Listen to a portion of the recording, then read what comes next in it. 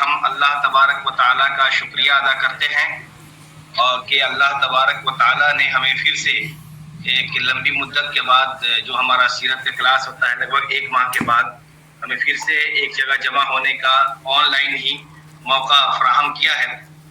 اور پھر اس کے بعد ہم شیخ محترم مولانا فیاض عالم عمری حافظہ اللہ تعالیٰ کا شکریہ ادا کرتے ہیں کہ شیخ محترم نے اپنے قیمتی وقت میں سے، اپنی مصروفیات میں سے وقت ہمارے لیے نکالتے ہیں، اور ہم جب بھی شیخ کو یاد کرتے ہیں شیخ ہمارے لیے تیار رہتے ہیں۔ اللہ تبارک و تعالیٰ شیخ کی خدمات کو قبول فرمائے۔ پچھلے مہینے کچھ زیادہ مشغول تھے، اس سے پہلے جو اعلان ہوا تھا اس میں بھی کچھ مسائل آ گئے جس کی وجہ سے شیخ آ نہیں پائے تھے۔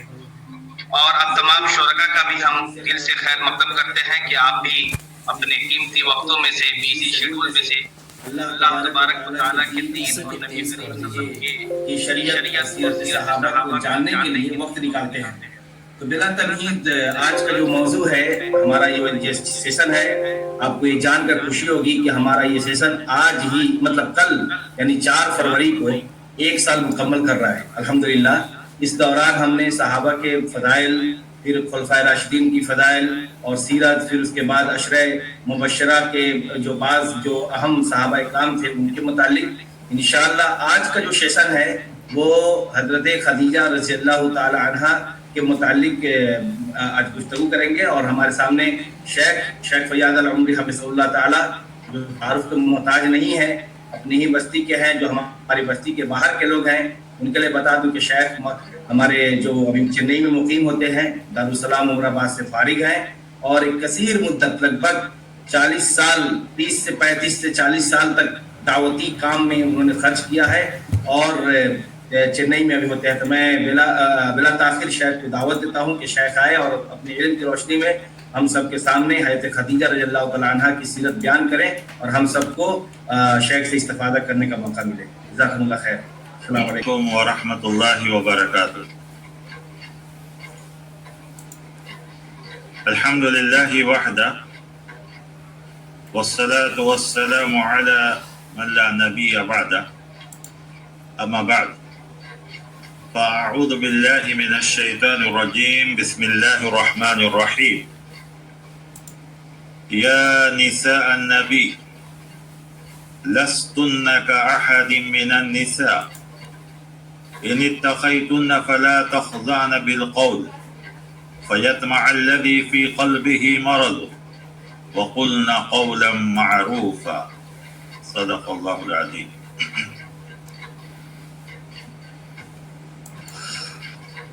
اللہ تعالیٰ کی تعریف و توصیف و تحمید کے بعد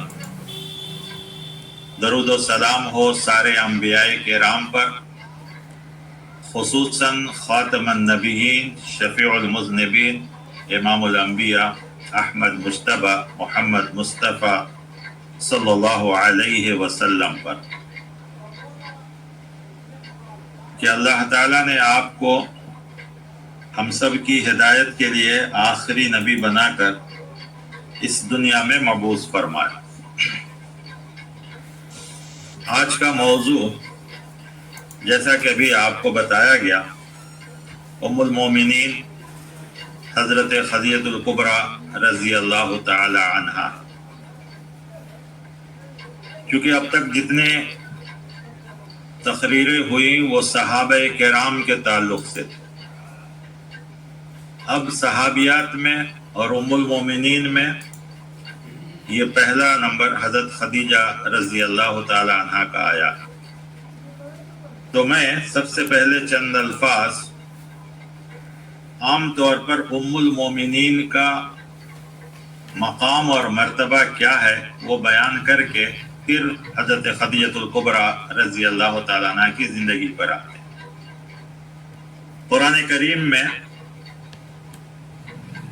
جو ابھی میں آیت تلاوت کیا یہ سورۃ الحجرات کی،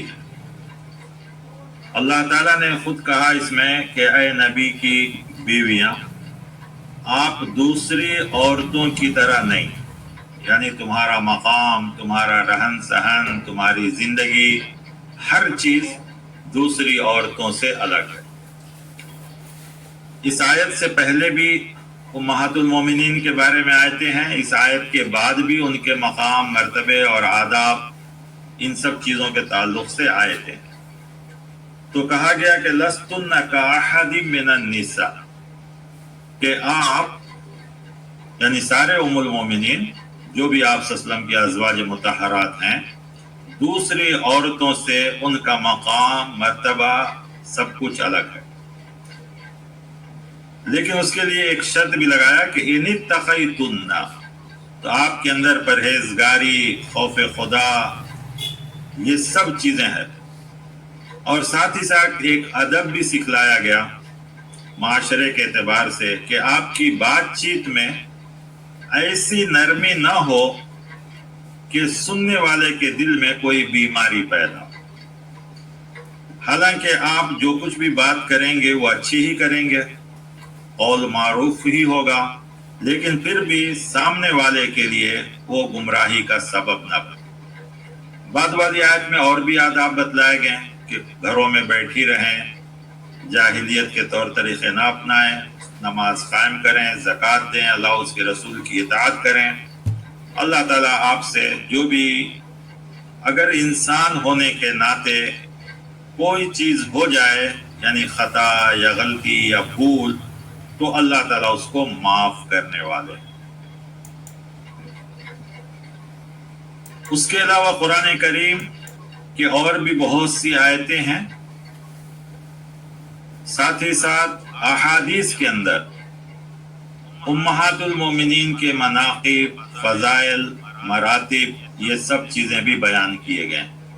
جیسا صحابہ کرام کے فضائل و مناقب بیان کیے گئے ہیں، اسی طرح ان حضرات کے بھی یعنی صحابیات کے بھی بیان کیے گئے.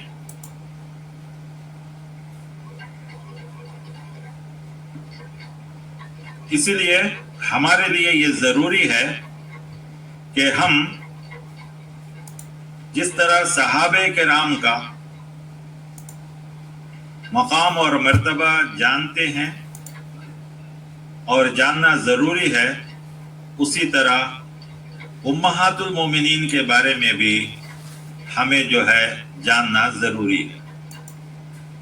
نہ صرف خواتین کو بلکہ مرد حضرات کو بھی، کیونکہ بہت سے لوگوں نے آئیڈیل مسلم کتاب لکھا تو آئیڈیل مسلمہ بھی لکھا ہے کہ مردوں کے لیے آئیڈیل اگر صحابہ کرام ہیں تو خواتین کے لیے امہات المومنین اور عام صحابیات بھی ہیں.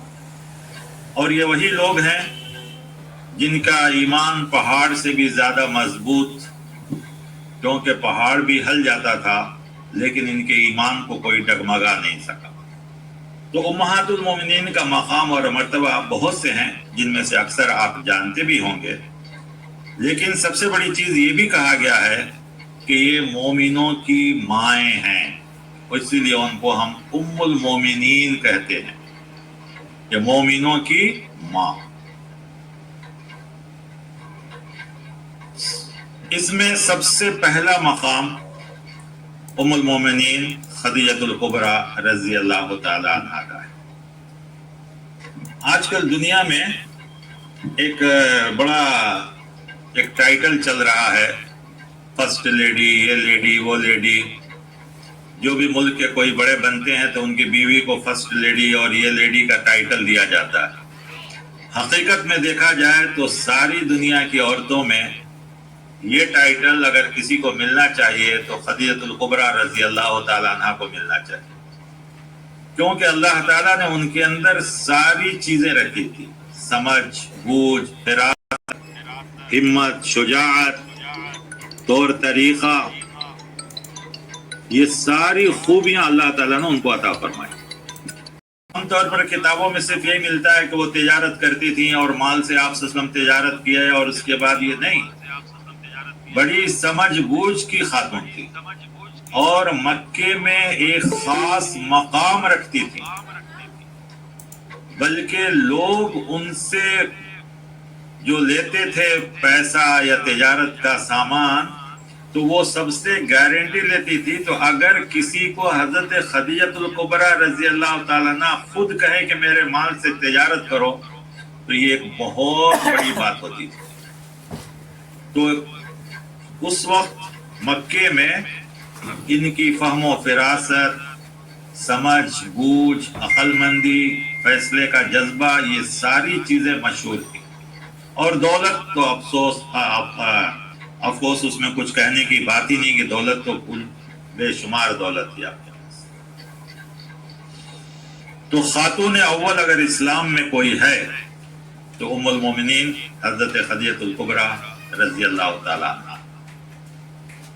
آپ صلی اللہ علیہ وسلم کا ساتھ دینے میں سب سے زیادہ گھر کے اندر، اور جب آپ کو پہلی وحی ہوئی تو اس میں سب سے زیادہ ساتھ دینے والوں میں دو لوگ تھے. ایک ام المومنین حضرت خدیجہ الکبریٰ رضی اللہ تعالیٰ عنہ، اور گھر کے باہر ابو طالب جو آپ کے چچا تھے. یہی وجہ ہے کہ شریعت اسلامی تاریخ میں ایک ہی سال میں دونوں کا انتقال ہوا ہے، تھوڑا آگے پیچھے. تو اس سال کو اسلامی تاریخ میں عام الحزن کہا جاتا ہے، غم کا سال، کیونکہ آپ صلی اللہ علیہ وسلم کو دو سپورٹ کرنے والے ایک وقت تھوڑا آگے پیچھے دونوں کا انتقال ہوتا ہے. لیکن ہم شروع کریں گے تجارت سے کہ آپ صلی اللہ علیہ وسلم ابھی نبی نہیں بنے تھے، نبوت کا اعلان بھی نہیں کیے تھے، آپ کی عمر بھی ابھی کم تھی، تجارت کر رہے تھے. حضرت خدیجہ الکبریٰ رضی اللہ تعالیٰ عنہ نے آپ کے اندر جو خوبیاں تھی اس کو پہچان لیا، اسی لیے انہوں نے خود آفر کیا تھا کہ آپ میرے مال میں تجارت کریں، میرے مال سے تجارت کریں، اور دوسروں کو جو دیا جائے گا اس سے زیادہ نفع آپ کو دیا جائے گا. صرف یہی نہیں بلکہ آپ صلی اللہ علیہ وسلم کے حرکات سکنات یہ سب چیزوں کو جان لیے تھے.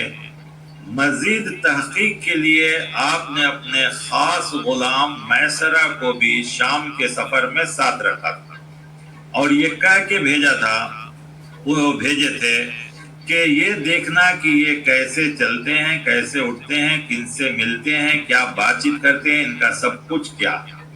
سوچ کر دیکھیے یہ کون عورت کر سکتی ہے؟ وہی عورت جو فیصلے میں، سمجھ میں، قوت ارادی میں، دوراندیشی میں، ہر چیز میں مہارت رکھتی ہو، وہی عورت یہ کتنی بڑے چیزیں کر سکتی. اور انہوں نے کہا بھی تھا اپنے غلام میسرہ سے کہ ان کی ساری چیزیں اور کوئی بھی ایسی چیز جو انسان کے عادت و اطوار کے علاوہ ہو اس کو نوٹ کرنا اور مجھے آ کے یہ بتانا، جیسا کہ بعض سیرت کی کتابوں میں لکھا ہوا. بہرکیف آپ صلی اللہ علیہ وسلم سفر سے واپس آئے تو حضرت خدیجہ رضی اللہ تعالیٰ عنہ کے غلام میسرہ نے وہ ساری چیزیں بتائی.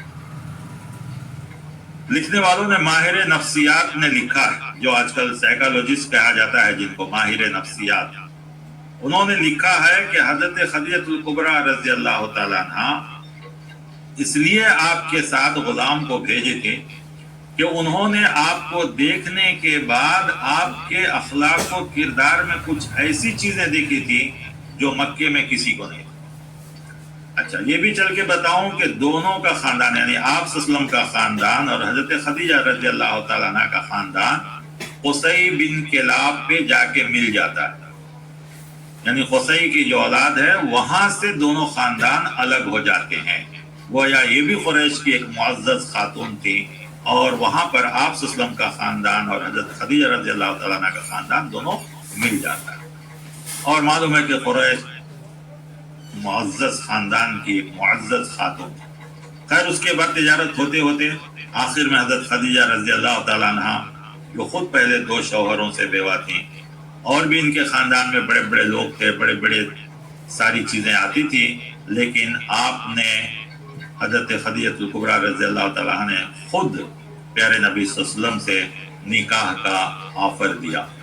تو ایسے کئی واقعات ہیں جو شریعت اسلام میں آج کل ایک رواج بن گیا ہے کہ لڑکی والے کسی کو نکاح کے لیے دعوت دیں، اس کو غلط سمجھا جاتا ہے، حالانکہ شریعت میں ایسا نہیں ہے.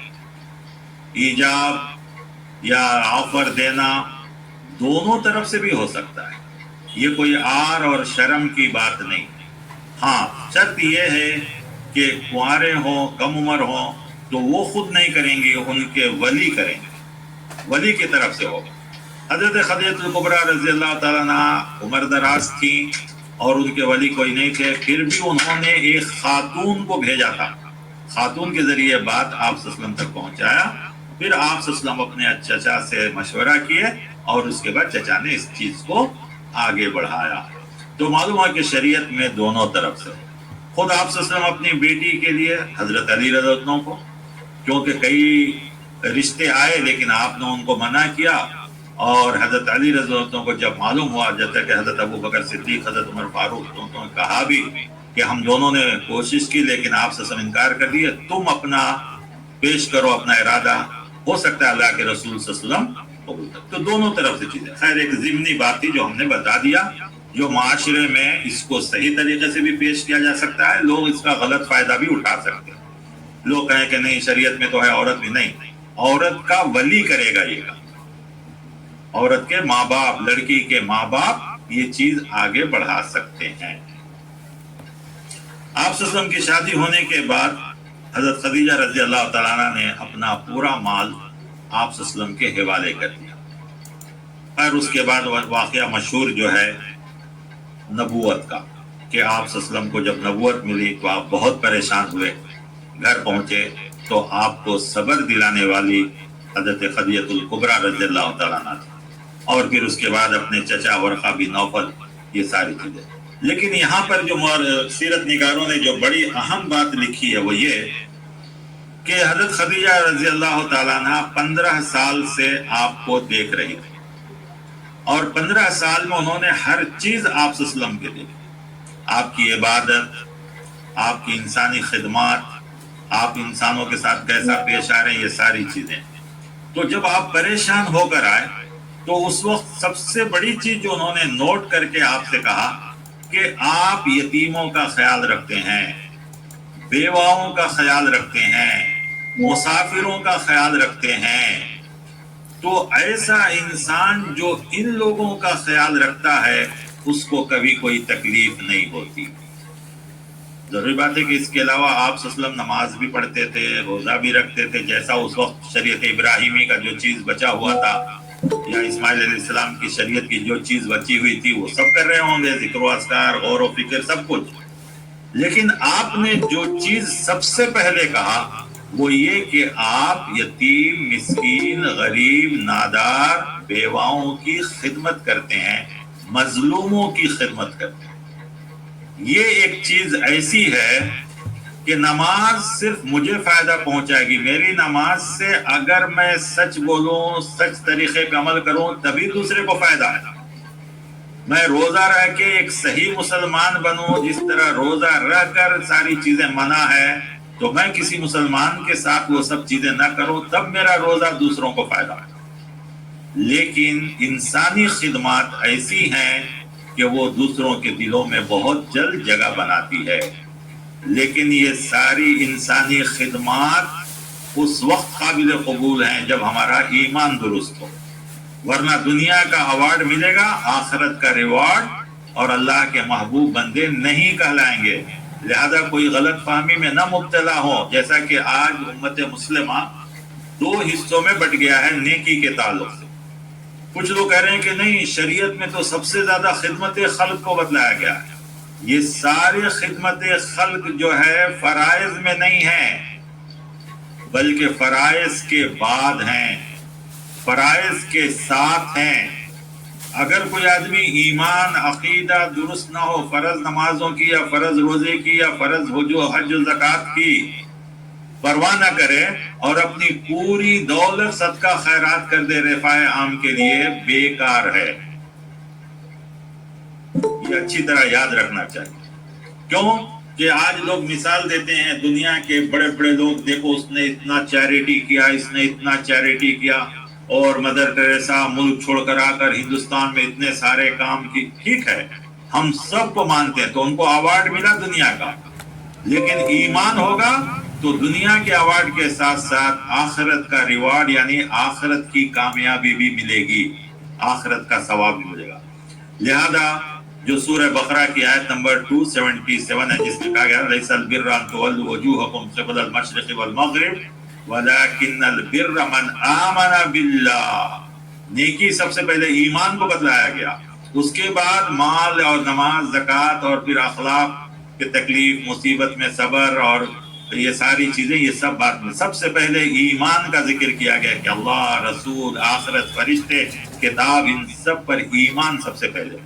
لہذا کسی کو غلط فہمی نہ ہو کہ حضرت خدیجہ نے نماز روزے کا ذکر نہیں کیا تو اس کا مطلب نہیں ہے کہ اس کی اہمیت نہیں، یہ بھی ہو سکتا ہے کہ اس وقت نماز ابھی فرض نہیں ہوئی تھی، زکوٰۃ فرض نہیں ہوا تھا، روزہ فرض نہیں ہوئے تھے، حج فرض نہیں ہوئے تھے، تو اس وقت جو دین بتلایا گیا تھا انسانوں کی خدمت بہت بڑے دین تھی اس وقت، اسی لیے انہوں نے کہا۔ اور واقعی یہ چیز ایسی ہے جو دوسروں کے دلوں میں جگہ بناتی ہے، تو اسلام نے اس کو بھی جانا۔ بہرکیف اس کے بعد ان کو مزید اطمینان کے لیے ورقہ بن نوفل، جو حضرت خدیجہ رضی اللہ تعالیٰ عنہ کے رشتہ دار تھے، چچا زاد بھائی بھی کہا جاتا ہے، تو وہاں لے گئے، اور انہوں نے جب آپ صلی اللہ علیہ وسلم کو دیکھا اور آپ سے پوری باتیں سنی تو انہوں نے کہا کہ یہ تو وہی نبی ہے، یہ وہی فرشتہ ہے جو موسیٰ اور عیسیٰ کے پاس آیا کرتے تھے، اور یہ بھی نبی ہیں۔ لیکن اس کے بعد انہوں نے ایک اور بات کہہ دی کہ ایک دن آئے گا کہ لوگ تم کو مکے سے نکال دیں گے۔ اب دیکھیے، ابھی پہلے سے ہی پریشانی تھی، گھبراہٹ تھی، ساری چیزیں تھی، تو آدمی کو کبھی کبھی نصیحت کرتے وقت بھی یہ بھی سوچنا چاہیے کہ پریشانی اور گھبراہٹ کے موقع پر جو اچھی باتیں وہی کہیں، جو پریشانی والی ہے وہ بعد میں بھی کہہ سکتے ہیں، یا یہ ہونا چاہیے کہ اگر پریشانی والی کہہ بھی رہے تو اس کا حل بھی بتا دینا چاہیے۔ لہذا انہوں نے اس کے بعد کہا بھی کہ اگر میں اس وقت رہوں گا تو آپ کا ساتھ دوں گا، تو یہ بھی ایک ہمت والی بات تھی۔ تو آدمی کو چاہیے کہ جب پریشانی والی بات کہے تو اس کا حل بھی بتلا۔ خیر آپ صلی اللہ علیہ وسلم کو یہ ساری چیزیں ہوئی، اس کے بعد زندگی گزرنے لگی۔ تو سب سے پہلے ایمان لانے والی حضرت خدیجہ الکبریٰ رضی اللہ تعالیٰ عنہ، اول خاتون اسلام، آپ کا مقام۔ اس کے بعد آپ کی قربانیاں جو جان مال کی ہے یہ بہت مشہور ہے۔ عام الحزن اس لیے کہا گیا کہ جب بھی کوئی تکلیف ہوتی گھر آتے تو آپ کو یہ بہت صبر دلاتے، یقین دلاتے۔ اس لیے کہا گیا ہے کہ ایک انسان باہر کتنا ہو پریشان ہو، اگر گھر میں بیوی صبر دلانے والی اور ساری چیزوں کو برداشت کرنے والی ہو تو انسان کا سارا غم دور ہو جاتا ہے۔ لیکن ایک انسان باہر کتنا ہو خوش ہو، کتنا ہو آرام سے ہو، گھر میں اگر بیوی اس کی زندگی کے لیے پریشان کن ثابت ہو تو انسان کی خوشی خوشی نہیں رہتی۔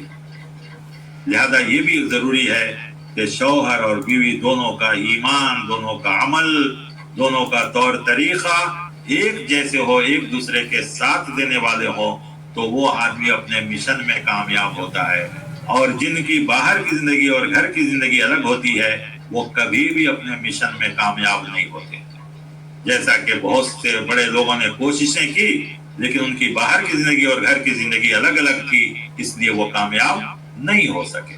بہرکیف یہ بہت ضروری ہے۔ اللہ تعالیٰ نے اس وقت اسی لیے آپ کو حضرت خدیجہ الکبریٰ رضی اللہ تعالیٰ عنہ کو آپ کے لیے چنا، آپ کے لیے پسند کیا۔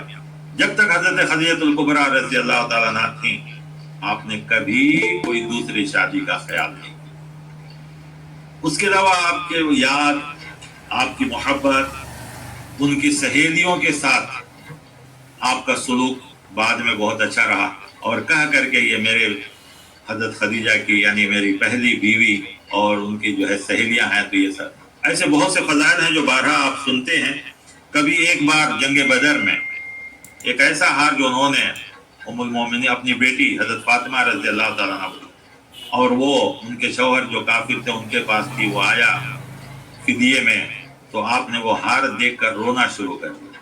پوچھا کہ اللہ کے رسول کیا وجہ؟ کہا یہ میرے خدیجہ بیوی ان کی ہار تھی جو انہوں نے اپنی بیٹی کو دیا تھا، اور آج یہ فدیے میں آیا۔ کہا آپ نے کہ اگر میں چاہوں تو اس کو واپس کر دوں۔ تو کہنے کا مطلب ہے کہ آپ صلی اللہ علیہ وسلم نے حضرت خدیجہ الکبریٰ رضی اللہ تعالیٰ عنہ سے ہر دور میں، ہر حال میں، حضرت خدیجہ رضی اللہ عنہ نے بھی آپ کا ساتھ دیا۔ آپ کی قربانی مال کی تو تھی ہی، جان کی بھی، اور ہر چیز کی قربانی پیارے نبی صلی اللہ علیہ وسلم کے لیے تھی، اور پیارے نبی صلی اللہ علیہ وسلم بھی اپنی ساری چیزیں حضرت خدیجہ رضی اللہ تعالیٰ عنہ کے لیے۔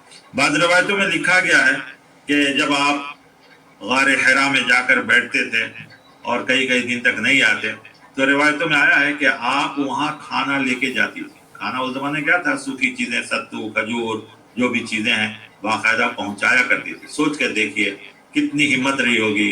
آج بھی جو لوگ مکہ جاتے ہیں، بہت سے لوگ ہیں جو اس پہاڑ پہ نہیں چڑھ سکتے، لیکن ایک خاتون کا ایمان کتنا مضبوط ہے کہ وہ وہاں بھی کھانا آپ کے پاس پہنچایا کرتی تھی. حضرت خدیجہ الکبریٰ رضی اللہ تعالیٰ عنہ کی یاد جب بھی آپ کو آتی تو آپ کوئی نہ کوئی اس وقت ایسا کام کرتے جس سے ام المومنین کو فائدہ پہنچے، یا ان کے دوست، ان کے رشتہ دار کو یاد کرتے یا ان کو کچھ تحفے بھیجتے، صرف اور صرف ان کی یاد کے لیے. لیکن حضرت خدیجہ الکبریٰ رضی اللہ عنہ سے دیکھیے اللہ تعالیٰ نے پورے اولاد عطا فرمائے سوائے قاسم رضی اللہ، قاسم یا ابراہیم. لڑکیاں جتنی ہیں حضرت خدیجہ رضی اللہ تعالیٰ عنہ سے ہی ہوئی، یعنی حضرت زینب، حضرت کلثوم، حضرت رقیہ اور حضرت فاطمہ پوری بھی.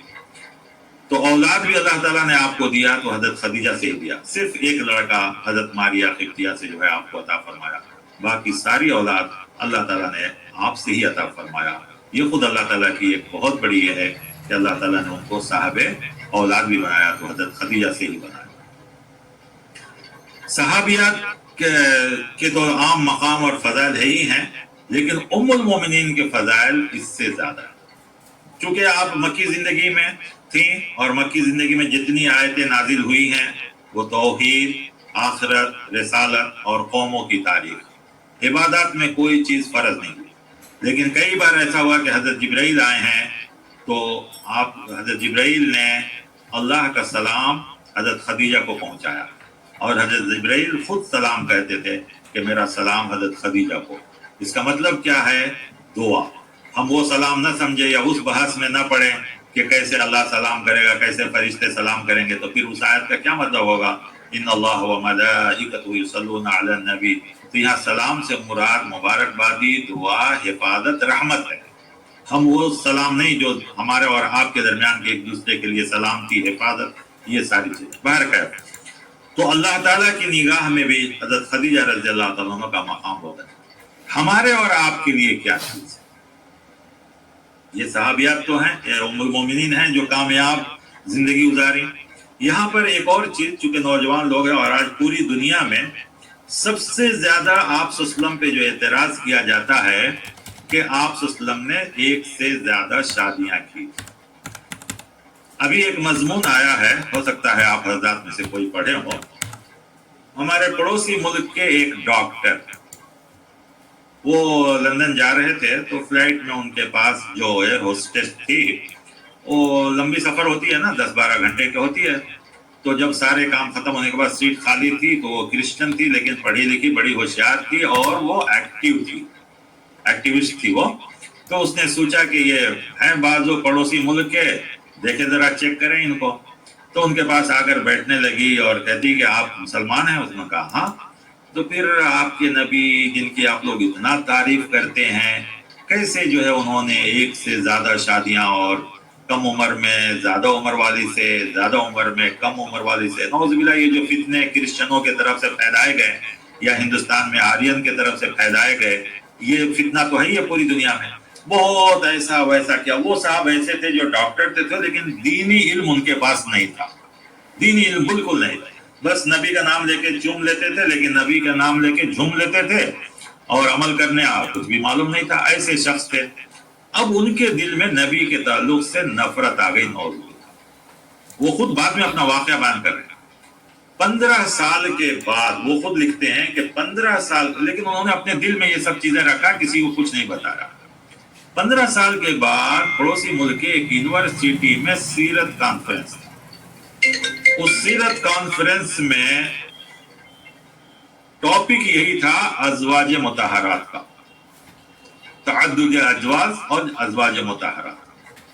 تو ایک عالم سے سوال کیا گیا تو انہوں نے صرف اتنا کام کیا کہ شیخ مبارک پوری رحمۃ اللہ علیہ کی جو کتاب ہے رحیق المختوم، اس کے آخر میں انہوں نے وہ پورا لکھا ہے کہ آپ صلی اللہ علیہ وسلم نے کون سی شادی کس وجہ سے کی، کون سی شادی کس وجہ سے کی.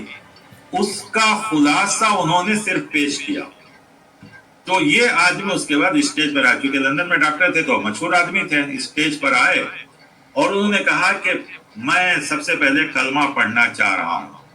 اب پورے لوگ پریشان ہو گئے، بولے بھائی آپ تو مسلمان ہیں، لندن میں ڈاکٹر ہیں، اتنے بڑے پوسٹ پر ہیں، اور آپ کیوں کلمہ پڑھ؟ کہا نہیں، جب میں پہلی بار لندن جا رہا تھا تو اسی چیز پر میرے دماغ میں شکوک و شبہات پیدا کر کے میرے ایمان کو خراب کر دیا گیا تھا۔ آج مجھے اس کی مصلحت معلوم ہوئی، اس کی حقیقت معلوم ہوئی، لہذا میں پھر سے مسلمان ہونا چاہ رہا ہوں۔ تو مطلب یہ ہوا کہ امہات المومنین کے بارے میں بھی ہمیں پڑھنا چاہیے کہ آپ صلی اللہ علیہ وسلم نے کس وقت، کیوں یہ سب اللہ کی طرف سے مشیت تھی کہ اللہ تعالیٰ کس وقت آپ کو کیا دینا۔ خاص کر ام المومنین حضرت عائشہ صدیقہ رضی اللہ تعالیٰ عنہ کی باری جب آئے گی تو میں آپ کو بتاؤں گا کہ اللہ تعالیٰ نے کیوں اتنی کم عمری میں ان کا انتخاب کیا اور ان کو اولاد بھی نہیں دیا، جبکہ ام المومنین حضرت عائشہ رضی اللہ تعالیٰ عنہ کے بعد حضرت ماریہ سے شادی اور ان کو اللہ نے اولاد دیا۔ تو سب میں اللہ تعالیٰ کی ایک مصلحت ہے، تو اس میں سب سے زیادہ اللہ تعالیٰ کی حضرت خدیجہ الکبریٰ رضی اللہ عنہ۔ انشاءاللہ اس موضوع پہ ہم کبھی پھر اللہ توفیق دیا تو بات کریں گے، کیونکہ آج کل کے نوجوانوں میں بھی یہ چیزیں ہونی چاہیے جو زہر پھیلایا جا رہا ہے۔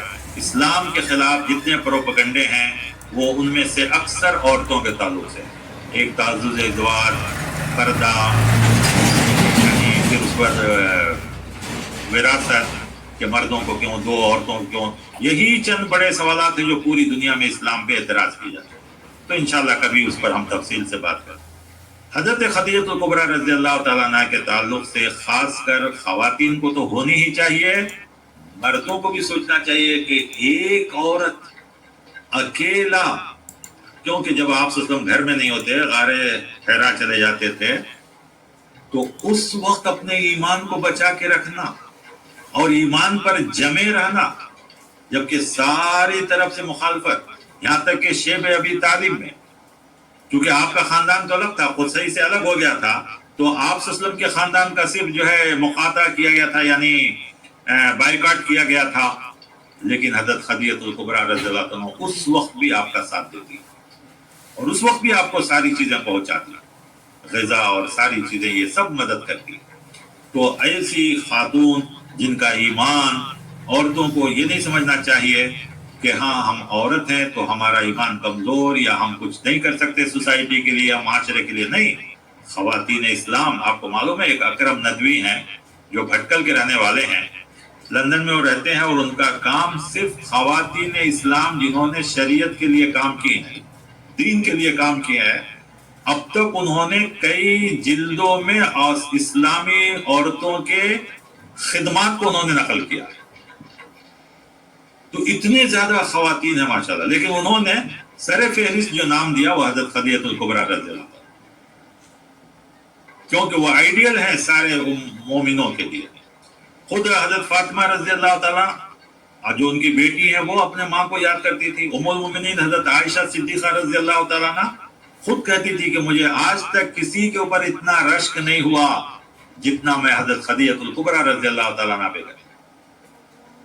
ان کا ایمان، ان کا صدقات و خیرات، ان کا جذبہ، ان کی سوچ اور بچوں کی تربیت، یا اللہ کے رسول صلی اللہ علیہ وسلم کے ساتھ دینا ہر چیز میں، وہ کہتی تھی مجھے اس کے اوپر رشک آتا ہے کہ کیسی خاتون تھی اور کیسے انہوں نے جذبے کے ساتھ یہ سب کام کیا۔